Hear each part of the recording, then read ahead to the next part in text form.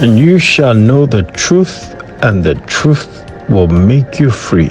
Psalms 8 verse 3-4. When I consider thy heavens, the work of thy fingers, the moon and the stars, which thou hast ordained. What is man that thou art mindful of him, and the Son of Man that thou visits him? Let me ask you a question. Why is God mindful of you? Or why does he love you? You probably will say it's because he made you in his image. But why did he make you in his image? You know, there's a profound answer that I have found to all of these questions. The answer is called the sovereignty of God. The sovereignty of God. But what does sovereignty mean? Sovereignty means the supreme power or authority. As authentic as man may want to acknowledge or boast that he was created in God's image, the sovereignty of God cannot be excluded from the story of humanity. The sovereignty of God speaks of the supremacy of God over the affairs of humanity.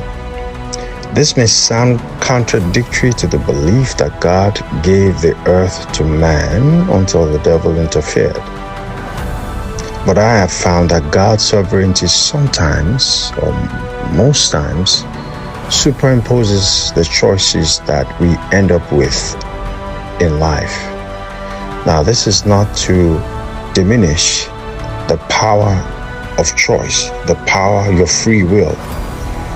Take, for instance, the recent U.S. elections. It is amazing how people, Christians especially, were divided on the opinion that Trump was God's choice based on the conservative views that he represents. Speaking from the perspective of a Christian, the argument in support of Donald Trump was just as valid as the argument against him.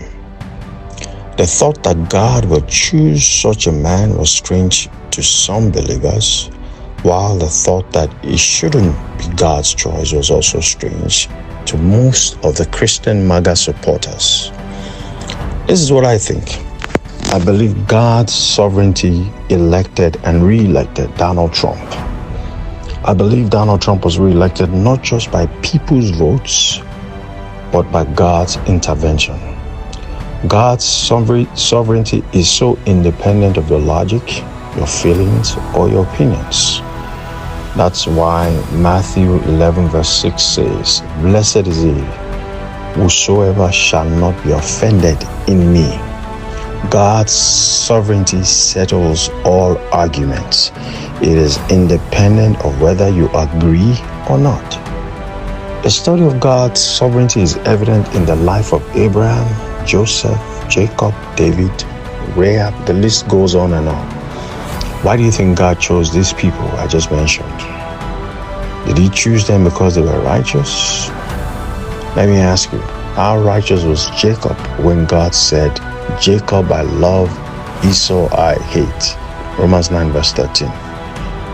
It is God's sovereignty, folks. Don't question his supremacy in your life. Your response to his supremacy and to his sovereignty should always be, "Yes, Lord, your will be done on earth and in my life as it is in heaven." God bless you.